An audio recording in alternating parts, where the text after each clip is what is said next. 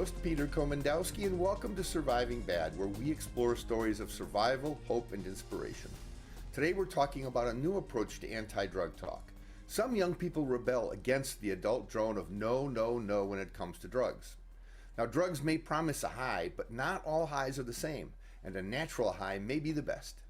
Joining us today to look at an innovative approach to talking to kids about drugs is Officer Lindsay Powers of the Cedar Rapids Police Department.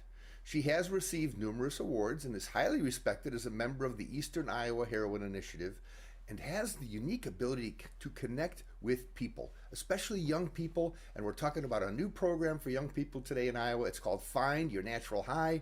Lindsay, welcome to the show. Tell us a little bit about yourself and this new program. Thank you for having me. I've been with the Cedar Rapids Police Department since 2012, so I'm coming up on 10 years, which is just mind-blowing. And with that, I've had the opportunity to experience a lot of different sectors of our department.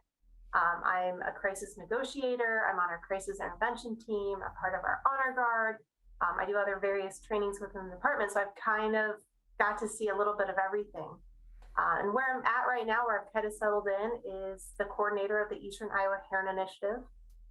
This initiative was really brought to life through the partnership from the United States Attorney's Office for the Northern District of Iowa, my department, and Midwest HIDTA, the high intensity drug trafficking area. And my job with this is to provide presentations to community members, first responder groups, about the current drug trends, what we're seeing as law enforcement, and how we can partner together with community members to combat overdoses, specifically with opioids, but any kind of substance use disorder overdose. We're trying to find a new approach so that we can connect people with resources, connect people with hope again, and just partnering together. Yeah, you know, there's a really fascinating world out there for law enforcement and all the work that's done by the task forces to protect our families, our kids, and communities. But then there's the other side of it, is that you're a mom and you have kids, and they're really living in a much more dangerous world than one we grew up in. And you have this sort of new program, Find Your Natural High. Now, as both the police officer and a mom, how do you see that fitting into addressing a problem that, quite frankly, over the years, we've had trouble dealing with? We're having trouble keeping kids from experimenting with the things that they're hearing about that can get them high.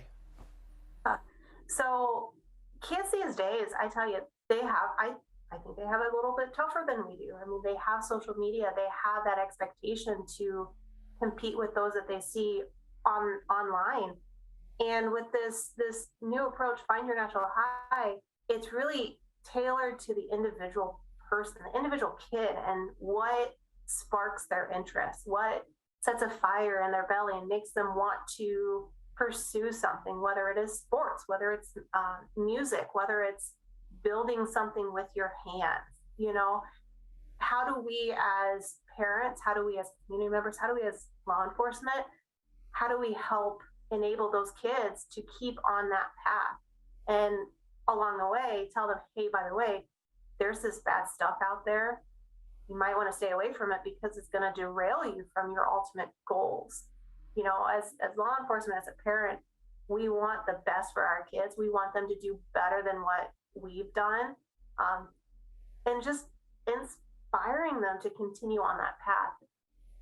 Yeah, one of the things that's confusing is that somehow people have been led to think that drugs, dangerous substances, sort of have the only way to get you feeling good, when actually they trigger the same chemicals in the brain that a hug would, that doing something with your parents, that playing ball would. And we don't hear a lot about that in the classrooms and anywhere else for kids. I mean, it's not a competition. There's like good stuff to do and bad stuff, but we don't really talk that much about how the good stuff stimulates the same parts of the brain so that you don't need the drugs. Is this something that's maybe involved with this new program? Absolutely. You know, in my previous presentations, I always talk about runners and how they get that runner's high after they do a long marathon or something. As law enforcement, I equate that to, you know, when we have a really good donut, like our bodies feel good, so we do it again. And Usually that cop joke gets all the kids laughing at me. And that's part of it. Like, I'm a cop. Yeah, I tell bad jokes and you can laugh at me and that's okay because I feel like you're listening to me at that point. So it's just finding something that inspires you. And with kids, they have so many opportunities to find something new. And just because they find it now when they're young doesn't mean that's what they have to do the rest of their life. As they get older, maybe their interests change. Maybe they find a new friend who does kayaking. They try out kayaking for the first time. It's an ever changing revolving door, if you would. Well, I think we're going to take a short break and then come back and talk about sort of this risk threat analysis that's important to parents and kids to understand, and especially the idea that it's not unique to drugs to feel good. There's a lot of things you can do that don't involve those dangers. We're going to take a short break. We'll see you all after the break. You don't want to miss this.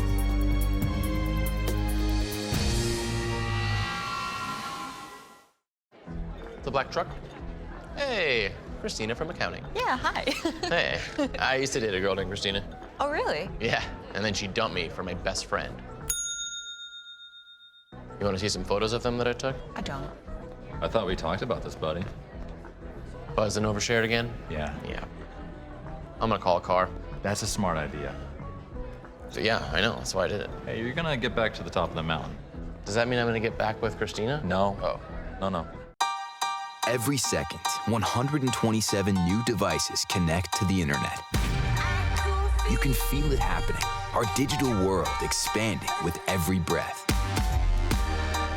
We're entering a whole new era of connectivity, and MediaCom will be ready to power it with one of the nation's first 10G platforms. We'll be bringing you more speed, more capacity, more security, and the power to do more than you ever dreamed possible.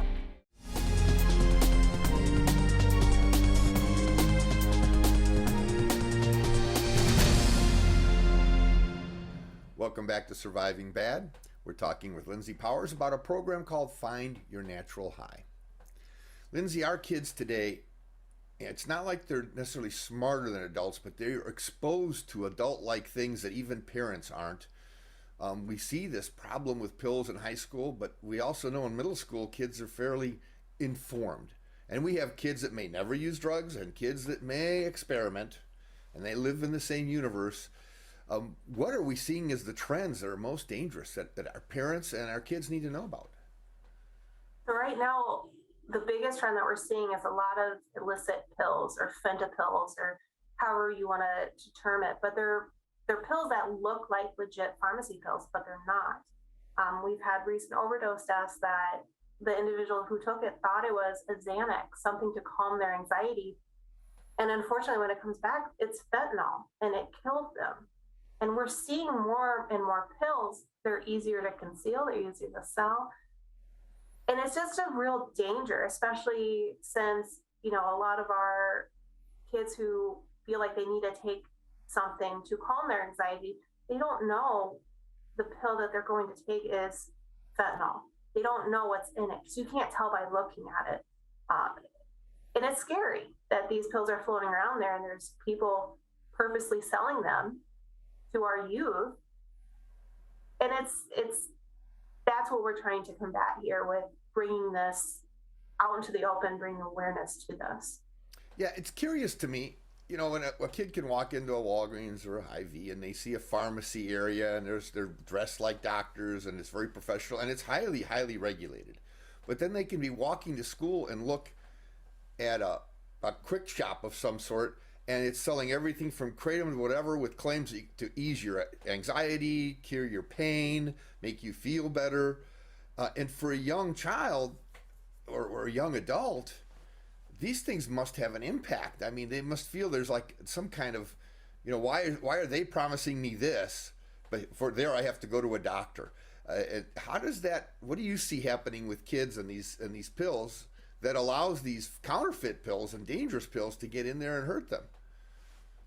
I see a lot of kids and youth, they say like, this is a quick fix, pills and the pills that doctors prescribe, sometimes are a quick fix. And I just want a quick fix.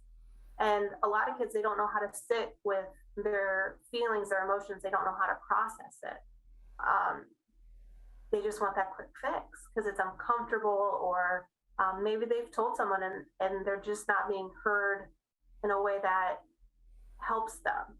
And so we're seeing them turn to these pills because they just see it as a quick fix. They're not looking at potential consequences of this pill, what might happen, where did this pill come from? Is it legit?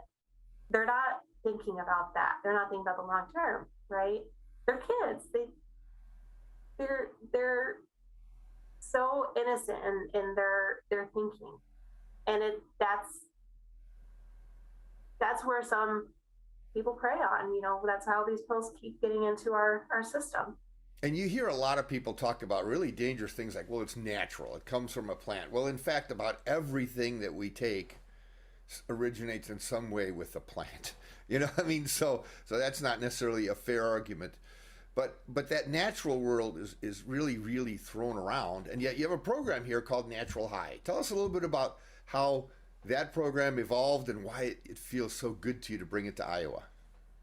I found this naturalhigh.org, and their programming just spoke to me. It's about finding each individual person's natural high, their calling, what they like to do, and really figure out a way to foster that while also sharing with them, we do have this bad stuff in the world. We have these fake pills, we have fentanyl going around. And if you take that, it could derail your natural high, your natural progression. And you're meant to do something on this earth. You are. Everyone is. We just need to help find that for you for some cases. Is that baseball? Is that gymnastics? Is that driving a race car? Is that skateboarding? What is it for you? And, helping these kids find a way to build their team, find a way to find people that champion their goals in life, while also taking into consideration there's some nasty stuff going around in the world. Now, they have parents most of the time, oftentimes two parents. And we know that the amount of time parents spend with kids has sort of gone down. How do you, when you talk to kids about doing stuff like with their family and their parents, what are you hearing from them? Is it becoming challenging for them to get parents to do stuff with them? I think it just depends. I mean, the eye roll is really loud sometimes with these kids, but you start looking back, or you share stories about kids that don't have that time with their families, or they never had that opportunity. It kind of puts it in perspective, right? So each individual family unit, however that looks, whatever you define your family to be, that's what we want to have these kids grab onto. Whether it's a trusted teacher, a coach, a law enforcement officer, whatever that trusted family is, find them and hold on to them. It doesn't have to be massive. It could be one or two people if that's all that you feel is close to you. But knowing that you have these people to rally behind you and to keep pushing you in the right direction, that's what's important. Yeah, and maybe for good kids to be somebody that helps somebody else that's struggling with some of those decisions. We're going to take a short break. We come back, we're going to talk more about some of these dangerous drug trends, especially fentanyl, which is killing a lot of Americans and far too many Iowans. Stay tuned. We'll talk to you after the break. You don't want to miss this.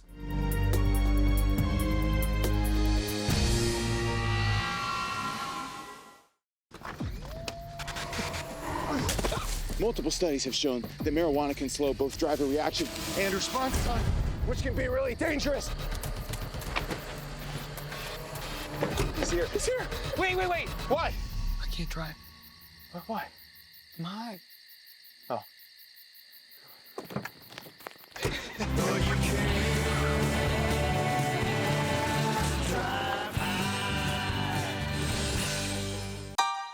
Every second, 127 new devices connect to the internet. You can feel it happening. Our digital world expanding with every breath. We're entering a whole new era of connectivity, and MediaCom will be ready to power it with one of the nation's first 10G platforms. We'll be bringing you more speed, more capacity, more security, and the power to do more than you ever dreamed possible.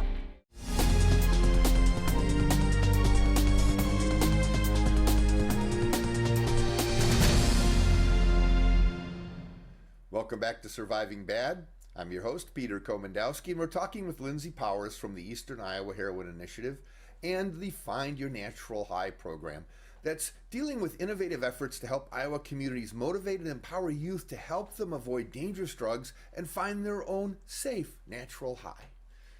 Lindsay, let's hear more about this program and what you're doing. Right. So with this program, I'm really getting into and targeting youth groups, whether it's a sports group, church group, parents, teachers, coaches, whoever is interested. Let's set up a time and talk about this. Let's give this presentation. That way I can give you what law enforcement is seeing, and you, as whatever role you're playing, can utilize that in the best interest of the youth, the community, the parents, the coaches. It's all about connecting those silos together and finding this information that, this is what's in our community. Now, this is really the scary part of all this, is we've been targeting this opioid epidemic for decades, many years. And it's getting away from us. More people are dying. The overdose rates there, things like fentanyl pop up that are now up to 75% of all the overdose deaths. A fentanyl can end up in marijuana now. I mean, and it's just ending up everywhere. So there's no real way to avoid it if you cross the line to dangerous drugs. And it's a younger and younger audience that's hearing about this. What do you see we can do to turn this tide? Because a lot of this is something new. Talking about finding a natural high is not something we said is a good way to fight the opioid epidemic, which became a fentanyl killing spree, so to speak. But we're trying something new and different. Now, what message has to get into parents and kids to sort of shift gears to this reality that's really dangerous? Well, I think the main part is this isn't a one conversation and we're done about it. Like in the past, it's, don't do drugs. Drugs are bad. They'll fry your brain. This has to be a continuous effort by all parties involved. Just breaking that stigma around talking about substance use disorder, about talking about mental health and brain health. It needs to be an ongoing thing, an ongoing communication, checking in with each other. How are you doing today? And if someone says, well, I've had a rough day, knowing what resources are out there, where to go next. Just being able to partner together with who you have in your community. That's the most important part of all of this. So there are a lot of doors of communication. I like your reference to coaches and teachers because they all have the best interest of the kids at hand, and they have sort of a common goal. I mean, what you're calling, or you and I might call, a natural high in the context of avoiding drugs. There's like the runner's high. There's a natural high when you score a touchdown, make a nice play, score a basket, hit a personal best in any sport or work that you do, get a great grade in your test, in your course, a great riff on the guitar. I mean, there's just a million things that satisfy people, and I love that context. But we know teachers and coaches are focused. We know you are, and the programs you're associated with are focused. How are we going to get these messages in the hands of more parents? Not because they're bad people, but because they might change what they do to help solve a major problem we're having with this opioid and fentanyl epidemic. Right. The biggest thing I can say is have me come talk to you guys. With my grant, I'm paid to go anywhere in the state of Iowa to get these messages out, to get these presentations, tailor them to your group specifically. And ultimately, I'm here to answer questions. I'm here to kind of say, this is what we're seeing as law enforcement, as first responders. But I'm also part of our peer recovery center that's going to be opening here soon in Cedar Rapids. Shout out to Crush. Just communication, building those bridges, building those networking opportunities. So a church group, a Rotary Club, a group of concerned parents can reach out to you and say, hey, can you come to our community? You're that accessible with this program. Absolutely. And if it's a little too far of a drive, if the pandemic has taught us anything, is we know how to Zoom now. So we have so many options, so many ways that we can get this information out. What's the response been like to people that you've met out in the field presenting this program? It's been so overwhelming. I have Minnesota, a prevention coalition in Minnesota reached out to me, which I find amazing. It's just, I think people are understanding the idea behind this, just the sheer just excitement about bringing something new. And it's not just drugs are bad, don't do them. It's here's what you could lose if you do this, but also here's how to get back on the right path. If you slipped up, we're human, we make mistakes, but we also need to be willing to help each other along the way. Well, and it sounds like a lot of credit's due to the Cedar Rapids Police Department too, that's made a significant investment in working with the Heroin Initiative, with HIDA and other organizations to bring these programs here to help empower our communities, our local communities, to do better at this. Absolutely. I'm very blessed that this is my job, and I love doing it. I never thought when I joined law enforcement 10 years ago that I'd have this opportunity, and I just love it. We're going to take a short break, and afterwards we're going to ask Lindsay to share some final comments, insights, and advice. Stay tuned. You don't want to miss this.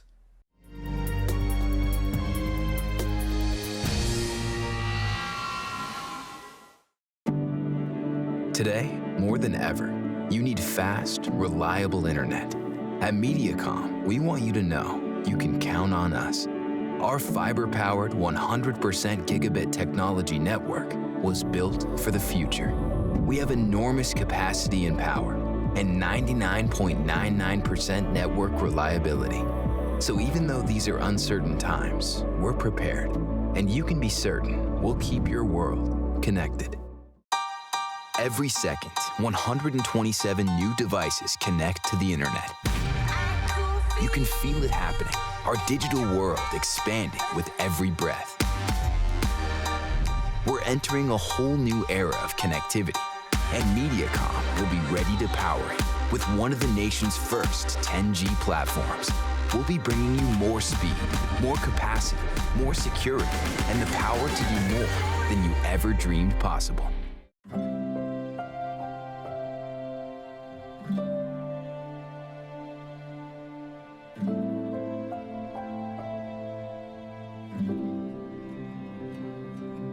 Whether it's advice on managing your anxiety or tools to help you stay grounded, Coping-19 provides a range of resources and self-care tips to help you cope with this pandemic.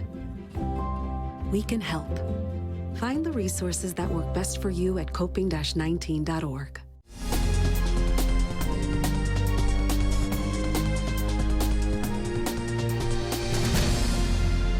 Welcome back. Today on Surviving Bad, we're talking about a new approach to anti-drug talk and the innovative efforts helping Iowa communities motivate and empower youth to help them avoid dangerous drugs and find their own natural high.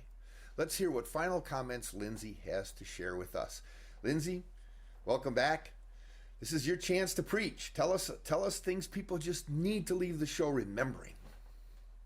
Well, ultimately, and I like ending all my presentations with this too, we talk about substance use disorder, we talk about staying away from what is going around, but ultimately knowing that as a community, we need to rally together, not just to help prevent people from starting to do drugs, but also to show hope for those who are seeking recovery, who are seeking,